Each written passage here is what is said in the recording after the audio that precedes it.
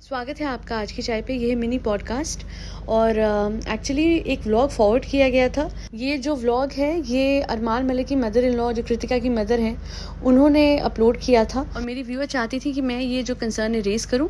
Basically जो उनकी छोटी बेटी है स्वाति, जिसको आप चीना के नाम से भी जानते होंगे, उसके लेफ्ट साइड पे पेन हो रहा था चेस्ट में, और उससे पहले बहुत तेज स्टमक एक था, फिर चेस्ट में पेन हुआ और उसके बाद उन्होंने बताया कि उसका बीपी जब चेक करा, जब सामने वाले केमिस्ट से पूछा तो उसने बोला आप बीपी चेक करो। जब बीपी चेक करा तो बहुत ज़्यादा हाई आया और फिर केमिस्ट से दवाई ली और उसको दे दी। यहाँ पे मुझे एक बहुत इंपॉर्टेंट बात हाईलाइट करनी है। सबसे पहले तो I do not support Armaan Malik and family, and मुझे ना तो उनके ना ही उनसे रिलेटेड किसी भी फैमिली मेम्बर के व्लॉग्स देखने पसंद हैं, पर ये एक ऐसा टॉपिक है जो कि मैं स्पेसिफिकली हाईलाइट इसलिए करना चाहती हूँ क्योंकि अक्सर लोग ऐसा ही करते हैं और इसके वजह से ही बहुत सारे मेजर हेल्थ इश्यूज जो हार्ट को लेके होते हैं, हार्ट हेल्थ को लेके होते हैं, वो नेग्लेक्ट हो जाते हैं। तो मैं आपको बता दूं कि अगर आपके लेफ्ट साइड पे पेन हो रहा है, आपके आर्म में पेन है, आपके शोल्डर में पेन है, आपके चेस्ट में दर्द है, और कुछ लोगों को स्टमक एक होने के बाद चेस्ट में अगर दर्द हो रहा है, तो आपको बाय ऑल मीन्स किसी डॉक्टर को कंसल्ट करना चाहिए। अगर आप ये सोचते हैं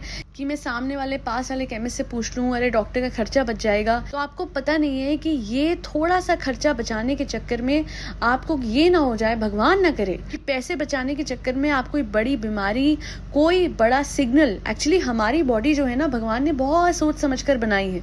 उसमें कुछ ऐसे सिग्नल्स बनाए हैं जो कि अगर हम टाइम से डॉक्टर को दिखा दें तो हमारी जान बच सकती है। चलिए, यहाँ पे तो उनकी बेटी ठीक हो गई, उसने 2 दवाइयाँ ली बीपी कम करने की और उसकी तबीयत ठीक हो गई। ये मैसेज मैं उनको देना चाहूँगी, ललिता जी को और उनकी डॉटर को, कि अगर ऐसा पेन उठ रहा है चेस्ट में और उसके बाद सब्सिक्वेंटली उसका बीपी बहुत ज़्यादा हाई होता है, तो इसका मतलब बॉडी सिग्नल दे रही है उसकी कि कुछ ना कुछ गड़बड़ है। बीपी हाई होने की बहुत सारी वजह होती हैं। अच्छा, हम भी इनिशियली कोविड से पहले के टाइम पे यही करते थे, केमिस्ट से कंसल्ट करते थे, पर कोविड के दौरान मेरे फादर का हीमोग्लोबिन सिग्निफिकेंटली कम हुआ था और वो हमें पता ऐसे लगा था कि उनका ना बीपी बढ़ते जा रहा था और बिल्कुल भी कम नहीं हो रहा था। और फिर उसके बाद हमने ये मेजर लिया कि हमने जाके डॉक्टर को दिखाया। डॉक्टर ने कहा ये आप टेस्ट कराओ, वाइटल्स चेक करें, तो पता लगा कि हीमोग्लोबिन 6 था।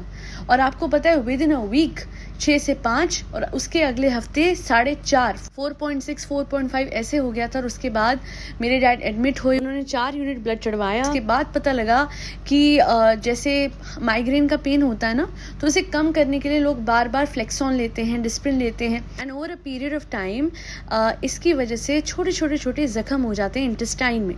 और ये बात जब हमें पता लगी तो हम इतने हैरान हुए। इसी वजह से तेजी से मेरे डैड का खून बह रहा था और उन्हें पता भी नहीं लग रहा था। और वो टाइम था और आज का टाइम है, ये सीख तो हमने सीख ली कि मेरे डैड का हीमोग्लोबिन टेस्ट हर महीने और हर 6 महीने में घर के सब फैमिली मेंबर्स का डिटेल्ड टेस्ट होता है, जिसमें सारे वाइटल्स चेक होते हैं, including CBC, lipid profile, vitamin D test, insulin, ये सब कुछ along with sugar and all. तो उससे ये होता है कि कम से कम पता लग जाता है कि what is wrong, and if there is anything wrong तो टाइम से पता लग जाता है।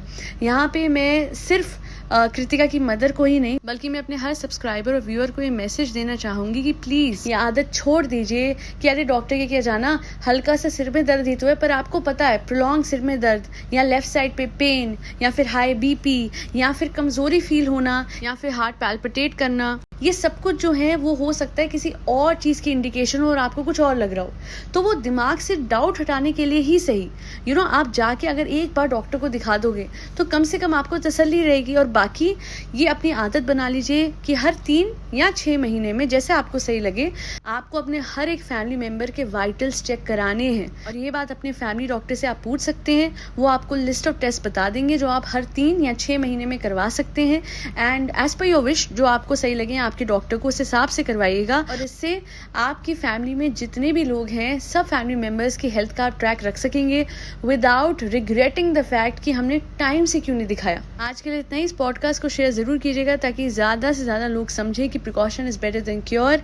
वक्त से कदम उठाएंगे तो बड़ी से बड़ी बीमारी से भी बच पाएंगे। That will be all. Thank you so much for tuning into आज की चाय पॉडकास्ट।